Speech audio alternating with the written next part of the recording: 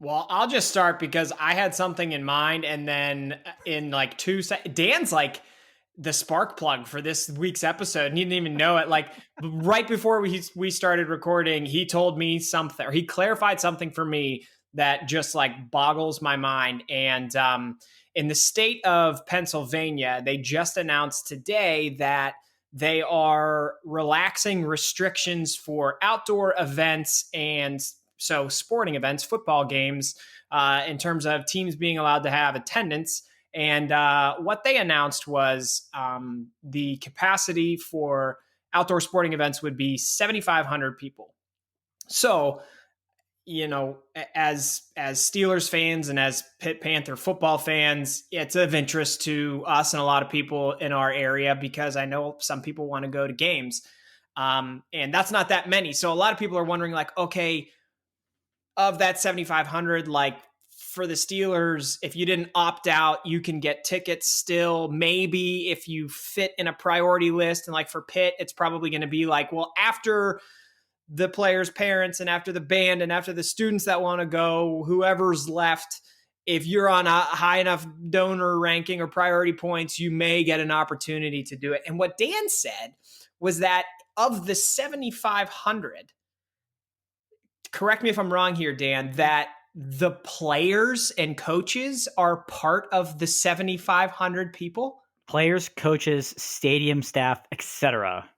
are included in that number. So this just makes me so angry because like all along, like we're all just trying to figure out like what can you do, what can't you do, what's safe, what's not safe, and like it just makes me so mad that they say like, hey, we're going to let you do this thing that everybody in your city really loves. But then there's like all these shades of gray that nobody actually realizes. Like, why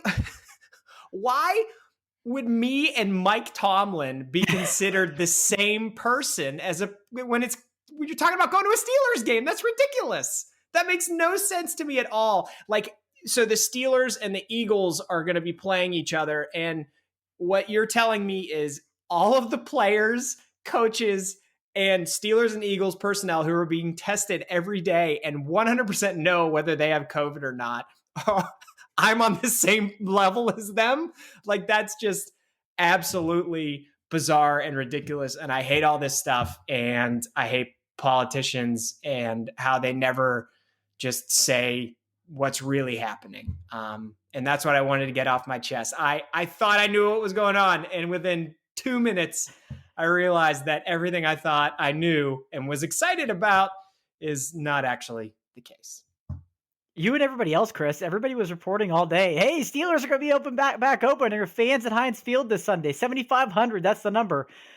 And then we find out that statement came out from the organization not that much later. It was like, we've been under guidance by the state of Pennsylvania. We're allotted to 7,500 people in the stadium, which includes all of those personnel as well. So that number just got severely deflated. And like you were mentioning before we jumped on, Chris, with college, that could be even a larger number because of the rosters are so much bigger. You got to give priority to parents. If you're going to get the band there, which I think they will, that's going to be a priority too.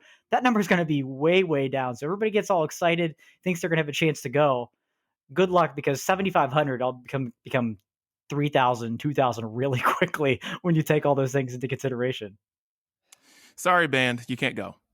Listen, because here's the thing. If the band isn't playing for fans, who's the band playing for? Apparently, Didi, the band is playing for the people that serve you nachos, is what, because they're the same as me, who are the same as the head coach, who are the same as the starting quarterback. It's all the same. Interchangeable. That makes no sense to me, that you're like, if you're going to give priority to the band and no one's there, it just, you know what I'm saying? And it's no offense to bands. Bands are great. They make part of the atmosphere, but if the atmosphere isn't there, we just need to put on a playlist, because this is really for the players, right? Like, the players aren't listening to whatever 70s song the band director decided to throw on the thing. You know what I mean? Like,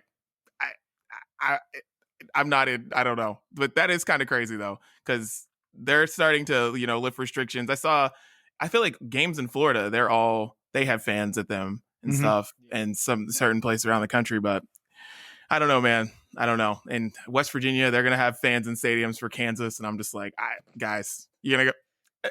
You're gonna risk the Rona for Kansas? I like football, but guys, come on, not for Kansas.